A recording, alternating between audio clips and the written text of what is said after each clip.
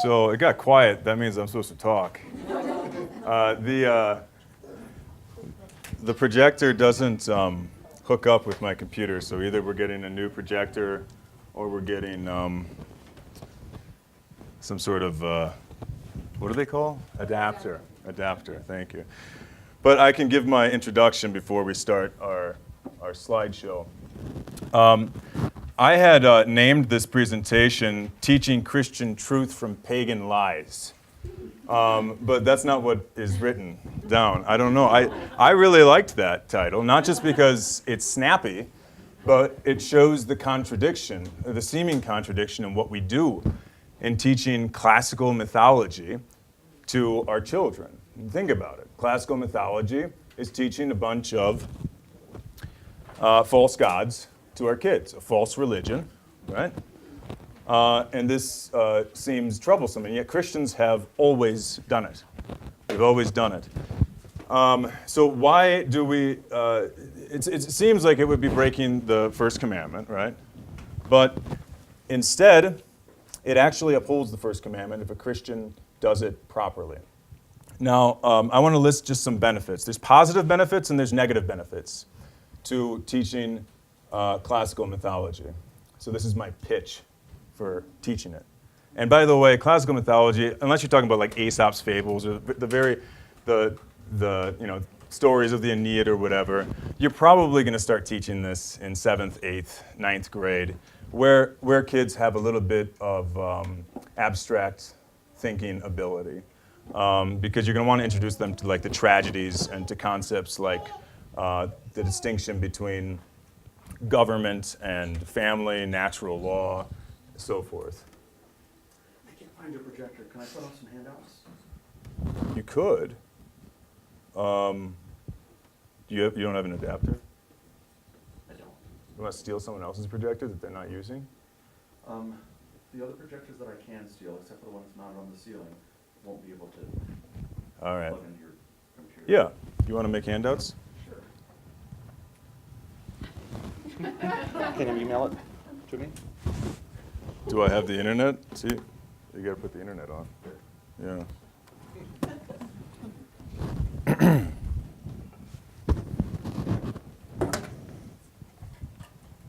So,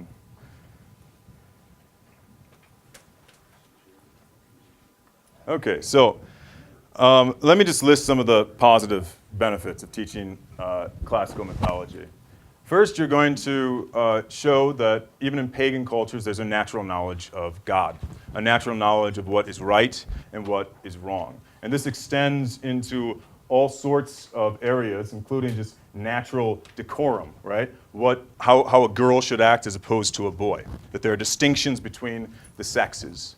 You get into conversations in classical mythology concerning natural, or the distinction between what a state can do, the laws it can impose, and what a person who acknowledges that God exists may do. So a perfect example of that would be the Antigone, right? So the Antigone is about a young woman, the daughter of Oedipus, and she buries her brother against the law of the state, okay?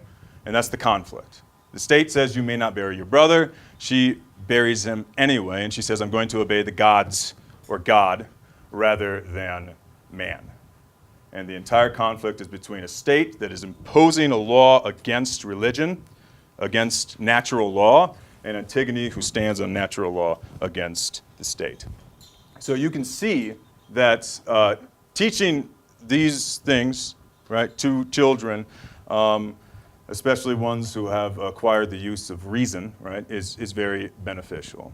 The power, as far as vices go, what sexual temptation does to a person. So you take the tragedy Hippolytus, where sexual attraction ruins the antagonist of the tragedy, and you have all sorts of other tragedies that will illustrate how dangerous it is to let your passions rule you, right? So these are wonderful teaching opportunities from these ancient pagans where you can tell the children, even even pagan cultures understood this, before Christianity.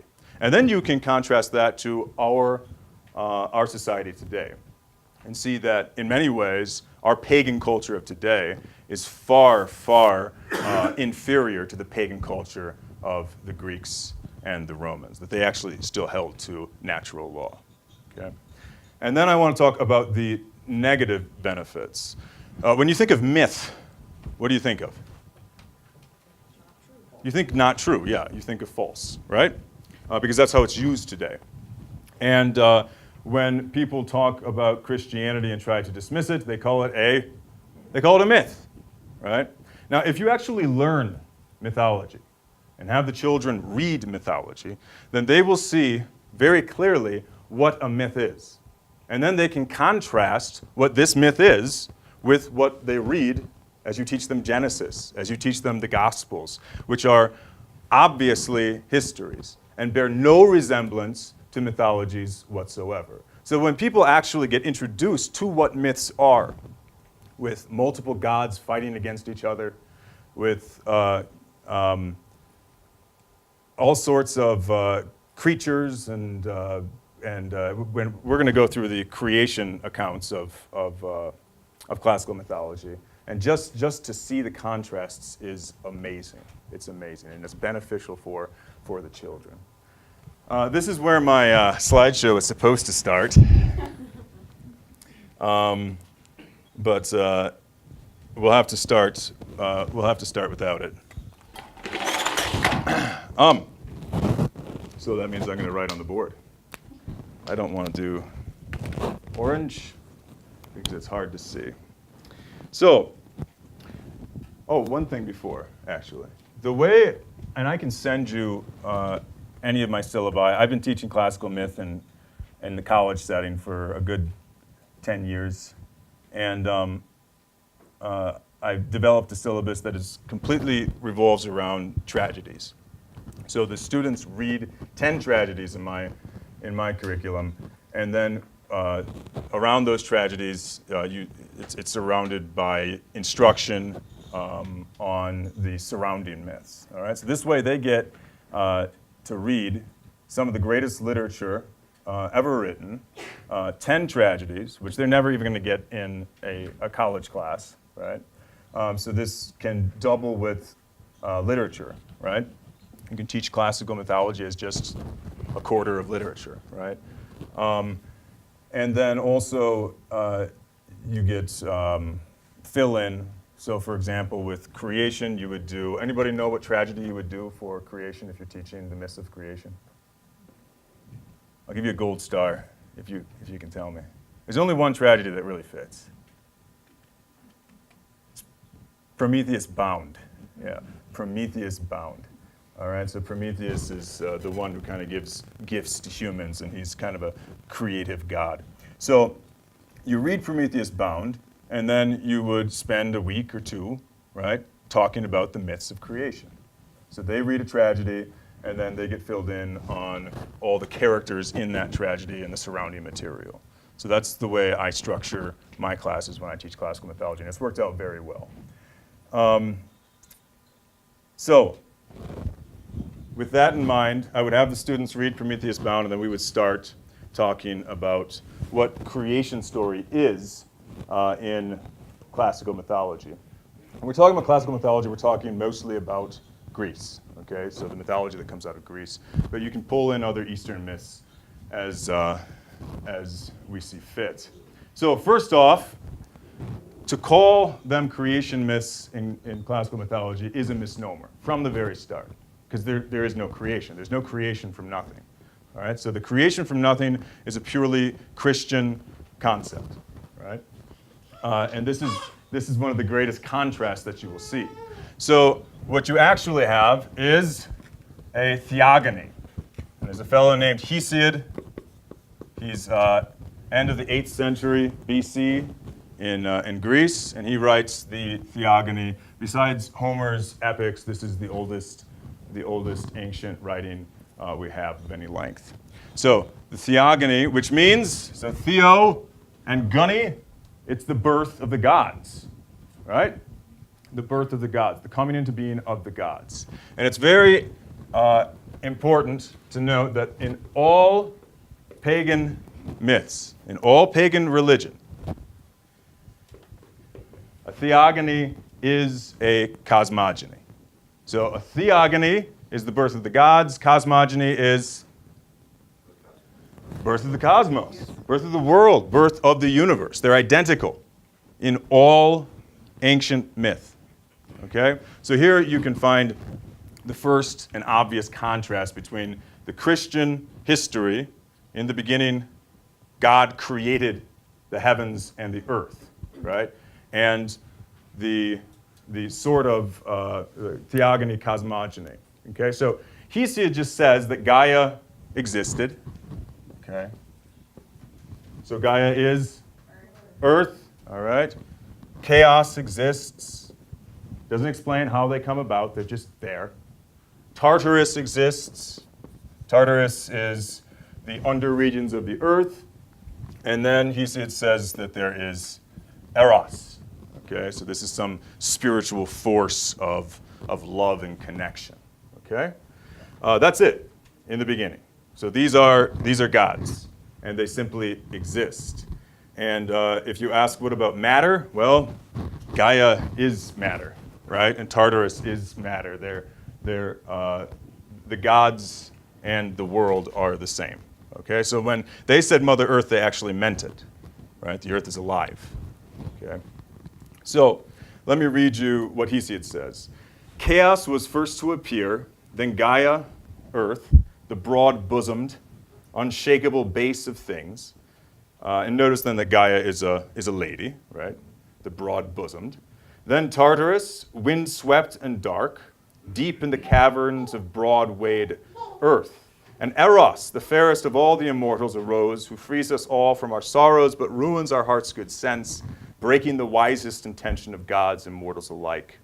From chaos, so now he's talking about birds of the gods. From chaos came Erebus, darkness, and Nyx, night, mother of ether, radiance, and Hemera, day. These Nyx conceived by uniting with Erebus, gloomy and somber. So these gods are copulating with each other, and they're producing all sorts of other gods, which are also natural phenomena. Night, day, so forth. Okay? Then you have more substantial beings come into existence. So, for example, Uranus. So Uranus, Uranos, is heaven or sky in Greek, the first of the children of Gaia. Equal in size to herself, hiding her body completely, was Uranus' star-studded heaven. And these are Gaia's asexual children. Gaia just gives birth to them. So Gaia is this womanly force of matter who gives birth to sky, who is therefore her son, and then also her oppressor, right? The male oppressor on top of her. Because when Uranus rains down upon her, then she sprouts out life, right? So you can see the seeds of the rain and so forth. It's the male component and the female component. And you're going to see this everywhere in classical myth, that anything that gives out seeds or that's male, right? And then it penetrates the female, right? And what will always happen is that the female will lose out in the end. Okay, Pontus is also Gaia's asexual child. Pontus is sea, the primordial sea, the water. And Pontus she bore the unharvested sea with its raging swell without the pleasure of love, right? So there's the asexual part. Okay. Gaia and Uranus then begin to copulate, and you have the Titans. You've heard of the Titans, right? So you have 6 male and 6 female Titans. And then you have the Cyclopes, which are down in Tartarus, and they end up making Zeus his lightning bolts. Okay, they're called Brontes, Steropes, and Arges, which all have to do with like thunder and flashing and so forth. Right. So Cyclopes, they're called Cyclopes because they've got round eyes. That's it. So these have to be distinguished from the round-eyed Cyclops on the island of Sicily. Yes. Could you comment on how appropriate it would be for a church called Trinity, Lutheran Church, to have the Titans as its mascot? No. Okay, because I don't know if it's true or not. Do you have Titans as your mascot? Oh, that's funny. Well, as long as you teach them what Titans are. Actually, I think we specifically need to not do that. No, that's the whole point. You teach them what Titans are. And then they're monsters. I mean, they lose the war, though, the Titanomachy. So that's why you don't want them as your mascot, because they end up losing. You want to be the Olympians, because the Olympians win. Okay? All right. And then you have the hekaton-kyres. Hekaton means 100. Kyres is hands. And so these are just weird creatures, right, that have 100 hands. Okay? So these are the children of Gaia and Uranus, according to Hesiod. So you see that this is the primordial Earth, right, as everything is coming to be, and everything basically has a personality, right? The gods are Earth and sky and everything, okay? They're indistinguishable. Okay. We could talk all sorts of things about their stories, but I'll skip a bunch of that. But let's talk then about the succession myths. This is what ends up happening, is that the gods fight and fight and fight until a ruler takes over amongst them. So Uranus becomes the ruler, but he is oppressing Gaia, right? Constantly making her bear children, right? And then actually jealous of those children because he's afraid that they're going to overturn him, especially the males. So let me read to you from Hesiod. Gaia hid Cronus, that's one of her kids, one of the Titans, couched in ambush, and into his hands she delivered the sickle, toothed like a saw. This is why, again, you have to start in 7th, 8th grade. You know what's going to happen here. Her plot worked out as she planned it. When Uranus came to her presence, bringing with him the darkness, and panting with lust, embraced the mighty body of Gaia, from ambush Cronus' left hand seized the genital parts of his father. He reached out his right with the sickle, saw-toothed, deadly, and sharp. Like a reaper, he sliced away the genitals of his own father, flinging them over his shoulder to roll wherever chance sent them. But they did not fly from his hand down to the earth ineffective, for Gaia absorbed the gory drops that rained down upon her, and after a year had passed, she bore the frightful Irenaeus, those are the Furies, the giants gleaming in armor, holding long spears in their hands, and the Melian nymphs whom mortals reverence all the world over.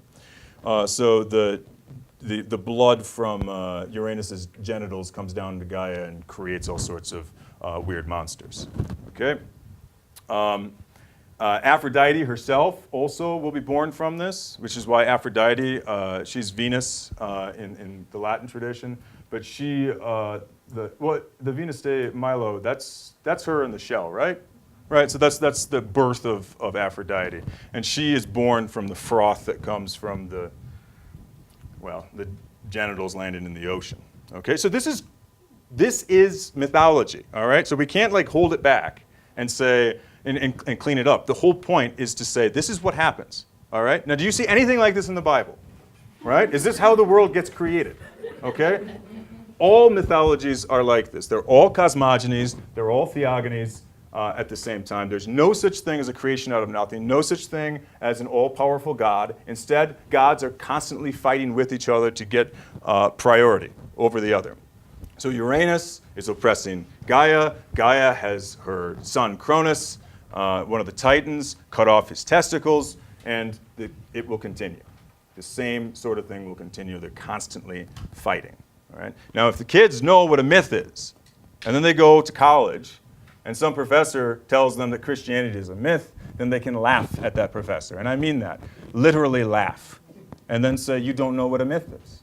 You're going to tell me that Genesis 1 and 2 and 3 is a myth when I've read the myths of creation, and they're all the same. And Genesis looks nothing like it. In fact, it has first day, second day, third day, fourth day, fifth day, sixth day, so forth. It's got creation from nothing.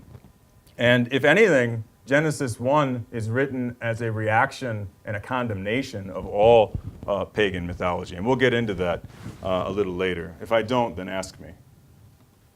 Okay, so now Cronus is in charge. Okay, Cronus is Saturn in the Roman world. Okay, and Cronus is just as greedy for power as his father was. So he, every time he has a child with his sister Rhea, she's another Titan. Every time he has a child, he eats these children. Okay, that way they can't overthrow him. Right? Well, Rhea gets sick of her husband and brother eating all their kids, right?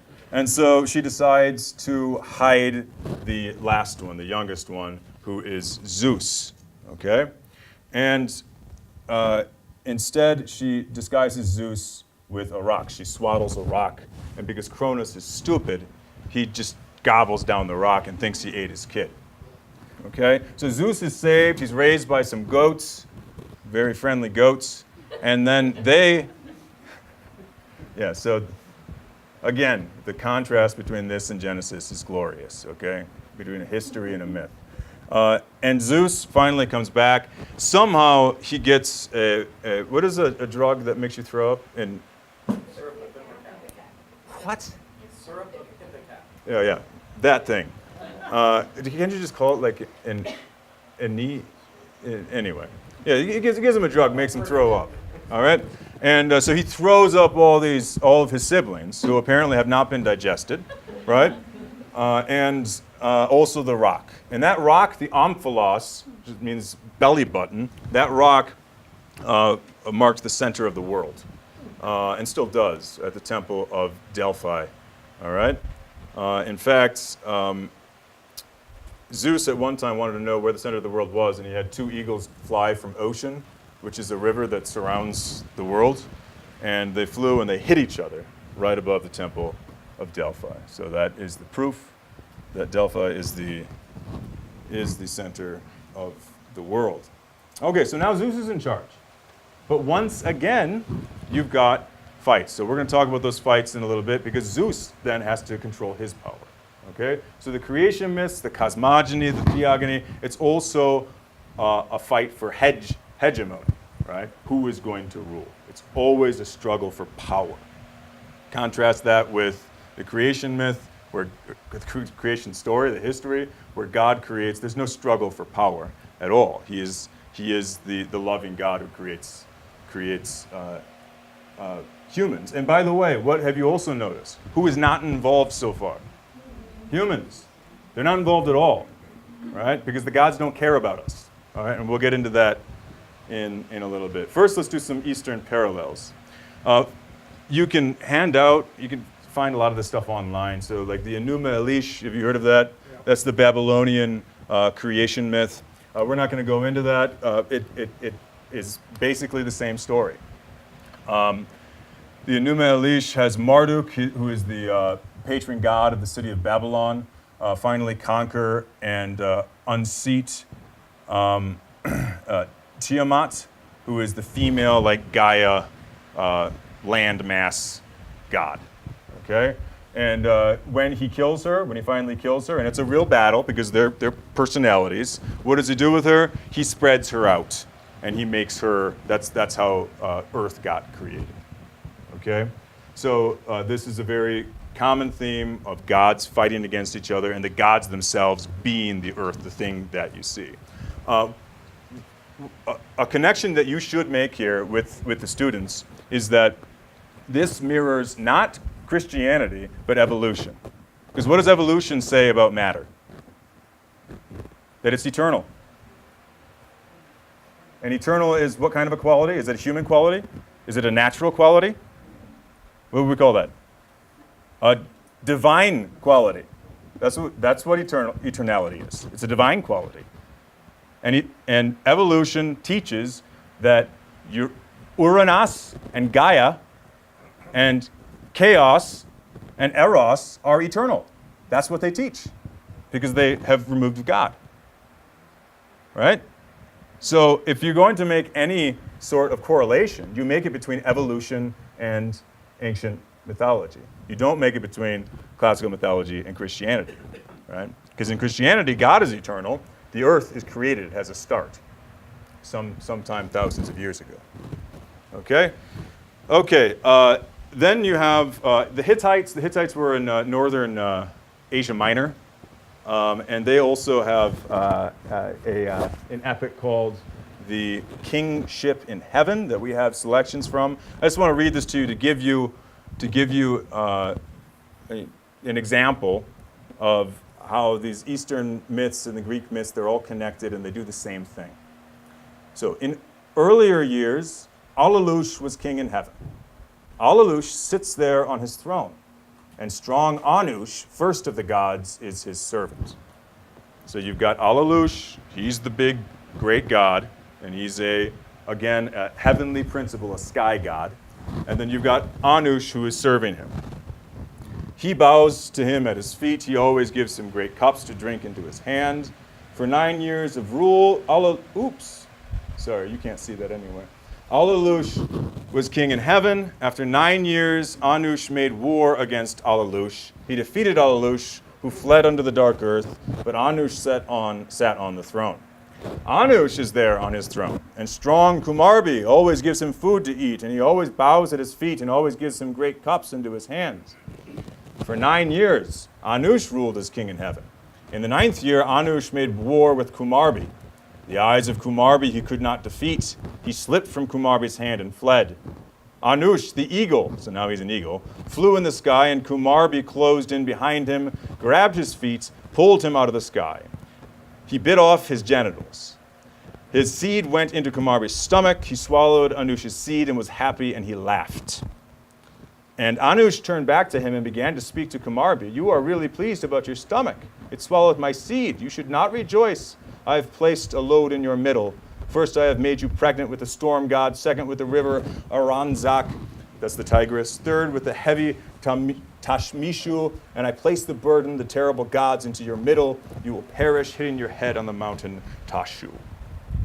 Okay, so this is another creation myth. This is how the rivers came about. This is how Anush gets his power and so forth. And he's comparable to the Eastern god Anu. Okay. Yes. Where did you say this originated? This is the Hittites. The Hittites. Yeah. So they're powerful around around the time of King David, actually. Yeah. Yes. That's then pretty new in terms of the discourse, isn't it? Because wasn't it only, not 100 years ago, wasn't pretty much everybody denying there even was a Hittite civilization? Yeah. Or even existed? Yeah. No. My question is this. In teaching the Old Testament, I contrast the religion of Israel with the Canaanite and ancient Near Eastern religions. Life was about kids, cattle, and crops. Kids, cattle, and crops. And if things are going well, the gods must like you. And if things are not going well with kids, cattle, and crops, you either have to stimulate the gods or appease the gods. Mm-hmm. That was the role that these ancient Near Eastern religions had on the life of people. What did these Greco-Roman myths, how did that impact the lives of people? Well, the people you've noticed haven't come in yet, Okay. right? So we'll get to the people in a little bit, the creation of humans, and then we can talk a bit about that. But yeah, there is a distinction between classical myth, which describes basically a worldview, how things came about, and then religion, right? So they're pagan religion. They're obviously connected, but the religion would be going to the temple, sacrificing, and so forth, the things you're talking about, in order to appease the wrath of the gods so that they could have a good crop or whatever. Another distinction with these pagan myths, is they seem to be people projecting the foibles and fickleness of humans onto these supposed gods. Yeah. Whereas when you read the Bible, there's a great distinction. Exactly. These are great points. That this illustrates what breaking the first commandment is. What is breaking the first commandment? It's making a god in your own image, Yeah. right? It's making a god in your own image, and that's exactly what these gods are. It's just that they were more honest about them. They called them gods, right? So Zeus, what does he want? He wants power. He wants to be the most powerful man. Well, that's an alpha male. There you go. Right? They're simple people that can throw thunderbolts. Yeah, exactly, exactly. Yeah. Now, here's myths. I mean, they're not true, but they are true in that they communicate some overarching message, right? Yeah, but that overarching message could be true or false, but yeah. Well, but I mean, they're trying to say this is what's most important. So what is this, getting back to Essio, what's he trying to communicate with this? What's his point? His point is that the gods don't care about you. They're far and distant. They fight amongst each other, and Hesiod lived a terrible life. He didn't like his wife. His brother robbed him of his inheritance, and he was just down. So Right. if the gods don't care about you, therefore, And they're not better than you, so you can go ahead and be like them. No, you'd have to appease them and so like how forth. does it fit in with the overall scheme? Like why does he want children to know this, or people to know this, or aside from say they don't care about you, well, there must be something more. Why does he want people to know about? I suppose because he thinks it's the truth. I mean, this is how the world came about. So again, people haven't entered into the picture yet, right? So when we get to people entering into the picture, right, then that's going to be more relevant for what a human life is supposed to be like. But for right now, this is simply the gods fighting with each other and how the earth came about. It's all gonna come out in virtues and vices, right? Absolutely, as we teach, yeah. Is Hesiod the one then that developed this, or just the first one who wrote it down? He's the first one who wrote it down, or at least composed it, right? So he's obviously using other. In fact, you can see the relations with earlier myths, like the Eastern myths, right? So the myth of Marduk, of the Enuma Elish, is older, and the Hittite myth is older, right, than Hesiod's Theogony. But they're obviously all connected. Yeah. No, I know that, yeah. But what's the overall schematic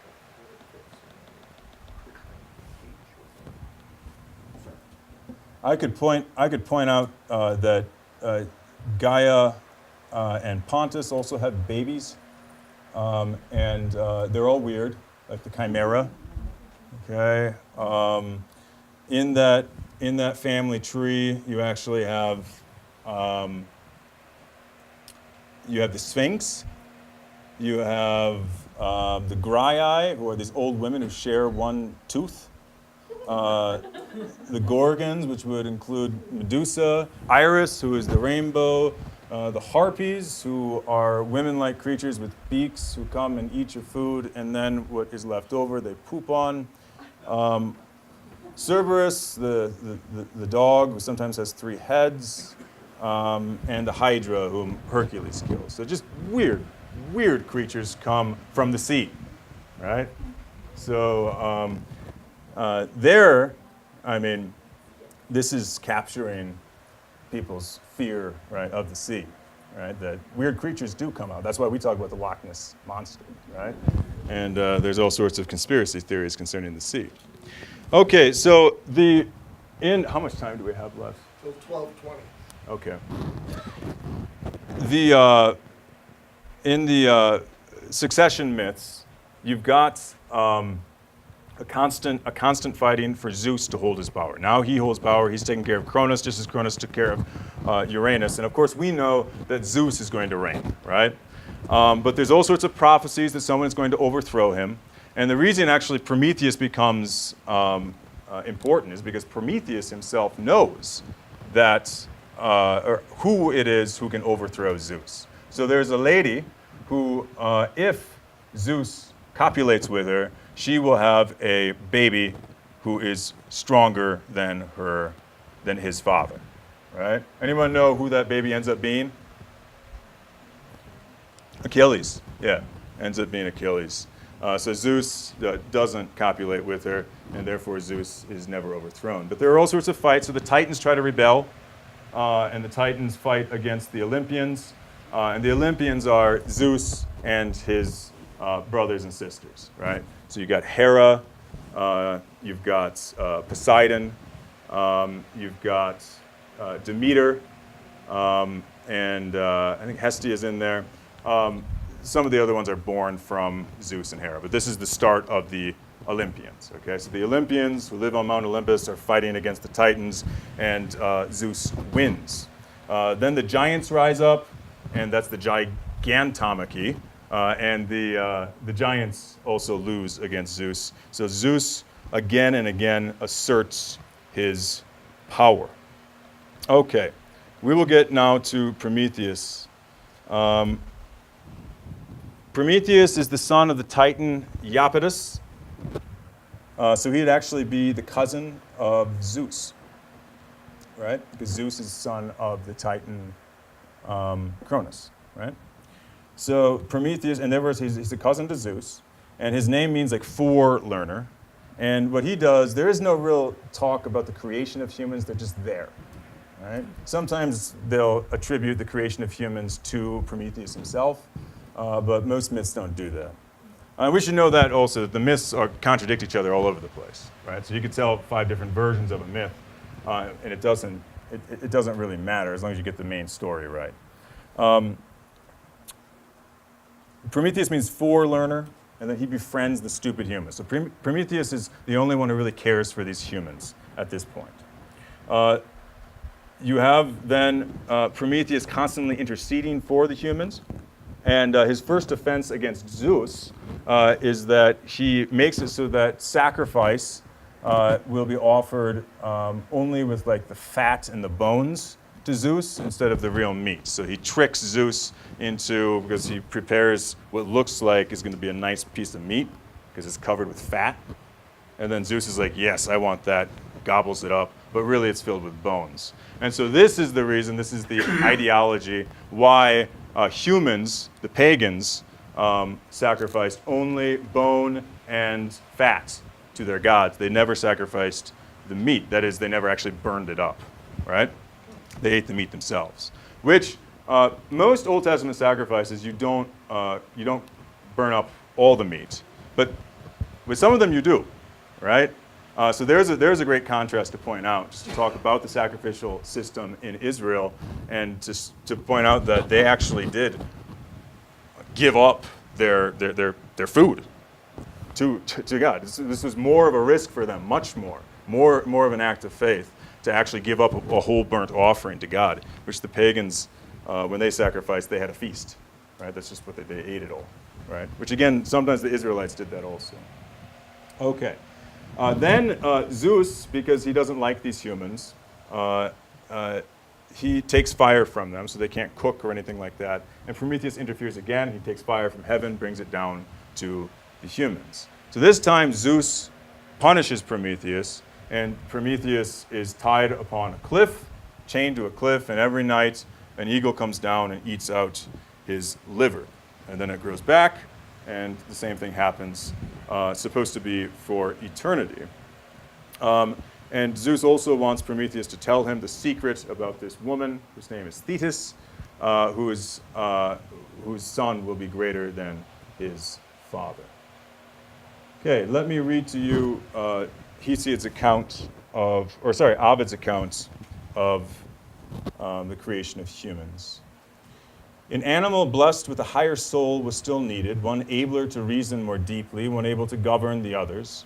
So man was born. Perhaps the maker of all things produced him of heavenly seed in hopes of creating a yet better world. Or perhaps the newborn world, freshly set off from the ether, still retained a few seeds of the heaven from which it had come. The son of Iapetus fashioned earth and water commingled in the image of gods, who are rulers of all things created. The other beasts, four-footed, gaze at the earth, looking downward, but man was given a posture which forces his eyes to heaven, walking erect and lifting his sight to the stars in their courses. That's from Ovid, Metamorphoses. This is written, and that one looks much more like Genesis, doesn't it? Right? You won't find anything like that in Greek myth. Ovid is he's like 1,500 years after Genesis is written. All right? And he's also in the time when most intellectuals are actually monotheists, right? So they've thought through this a little bit more. In any case, he's not quite sure how it happened because no Greek source tells him how it happened, so he has to make it up. And he gives Iapetus, or the son of Iapetus, who is Prometheus, the credit for commingling earth and water and creating humans in the images of the gods. This is Hesiod, the Theogony. For once, when gods and mortals were gathered to feast at Mecone, Prometheus, trying to hoodwink great Zeus's wits and attention, had cheerfully butchered and served up the succulent flesh of an ox. To the others, gods and men, he handed the meat in due portions and sweetbreads, dripping with suet, wrapped in the outermost layer of the ox's stomach, a haggis. But the white bones he slyly concealed in shining fat, and to Zeus he presented the neatly wrapped bundle. Pausing a moment, the father of mortals and gods asked politely, "Son of Iapetus, you are surely the cleverest man now alive, but haven't you split the portions as unequally as can be?" So spoke the inscrutable Zeus. To him Prometheus answered, assuming a treacherous smile, "O Zeus, the noblest and greatest of all the eternal gods, pick whichever your heart may desire." This was only deceit. But Zeus, unchanging of purpose, saw through the trick at once and planned in his vengeful spirit a terrible future for mortal men, one they could never evade. He took the white suet in his hands, but within him his heart raged with anger as he saw that the tempting outside held the ox's white bones beneath. And ever since then, men of every race on the face of the earth burned the white bones on the altar in sacrifice to the immortals. Okay. Prometheus is also involved in the creation of women. So this is a common theme that men are the only ones who live, right? And then women are added later. So that's also obviously in Genesis. To see the contrast is very revealing, though, to see how Genesis shows woman as a gift, and the Greek mythological tradition shows woman as a curse. So, in order to punish the humans for getting the fire they weren't supposed to have, Zeus puts together this plan. He creates a woman and puts in her all these feminine characteristics, which include beauty, skill, persuasion, and deceit. Okay? Thievish behavior, and so forth, in order that she may be a curse to men. So that's a quote, a curse to men. This is what Hesiod says: "From her descends the ruinous race and tribe of women, who live as a curse and cause of sorrow to mortal men, no partners in grim poverty, but only useless excesses." So the woman, Pandora, who is given all these gifts, that's why she's called Pandora, all gifted, she is given as a great curse to men. They were happy. I don't know how they were going to procreate, but they were happy. And then woman was given as a punishment. So the phrase, you can't live with them, but you can't live without them, is as ancient as Hesiod, right? And then you have the obvious similarities and contrasts there with Genesis, where Eve is given as the complement of man to be his helper, right? And Adam says, "This is now bone of my bones and flesh of my flesh. She shall be called woman because she was taken out of man," right? So God presents woman to man as a gift. Yes? From a Christian standpoint, I tend to look at this as Satan, the liar and father of lies, is always trying to manufacture some substitute to pull people away from the truth. But it seems to me that mythology is pretty good evidence, and you've laid this out here, the succession of different mythologies, that Satan is not omniscient. He's finding out what God does as God proceeds through history. And then, as God reveals something new, Satan comes out with a new deception Yeah. that more closely approximates what he sees God doing. Yeah. Is that a fair way to view things?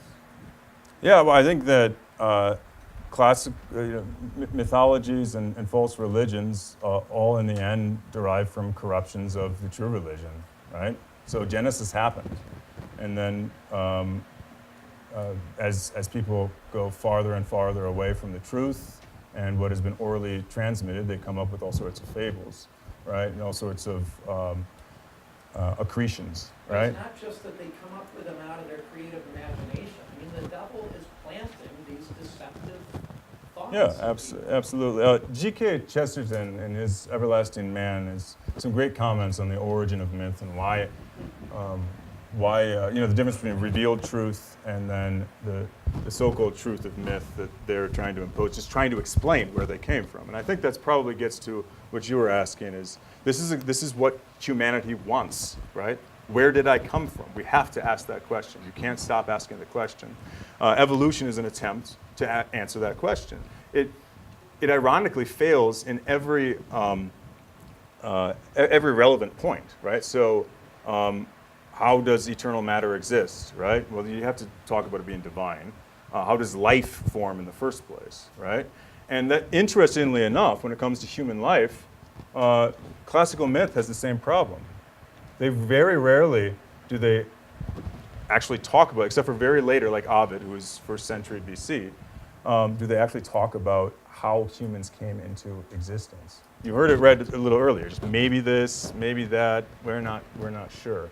But they're grasping for some sort of meaning of where they came from, right? And why life is the way it is. So for Hesiod, life is hard. His wife is hard to deal with, apparently. Frankly, it would probably be hard to live with Hesiod, right? And he's got a bad family life and so forth. And he's living in 8th century BC Greece, where there are no antibiotics and or pain medicine and so forth, right? So life is hard, life is tough. So he portrays a world where you have a life that's tough, where there's constant competition and so forth. So a lot of what he is saying reflects his own life. Bummer. Okay. I think I've got another half to go through as far as dealing with what's called Christ myth theory. Have you heard of this? Right. So when people say that Jesus is a myth and Christianity is a myth, they usually have been fed the lie that obviously they'll say it about creation, that this derives from other pagan myths, right? And we can now, or the children, if we teach them this, can easily debunk that and say they're not alike at all. If anything, Genesis is a condemnation of this pagan myth. But then second, they do it with Jesus. And they say everything that happened to Jesus, all this being born of a virgin, being born on December 25th, having a baptizer, being tempted in the wilderness, so forth and so on, dying, rising again, ascending into heaven, having a father, just you name it. They say you can find in earlier pagan mythology. So this is called Christ myth theory. It is the most absurd and obnoxiously untrue theory you can imagine. And I guess on Thursday I'll just start with that and then, yeah. Did your cousin address that in a video? He does, yeah. So Pastor Hans Feeney in Lutheran Satire, he's got one on Horace, right? Yeah, Horace Ruins Christmas. You should look that up. It's awesome. Yeah. All right. Well, thank you very much.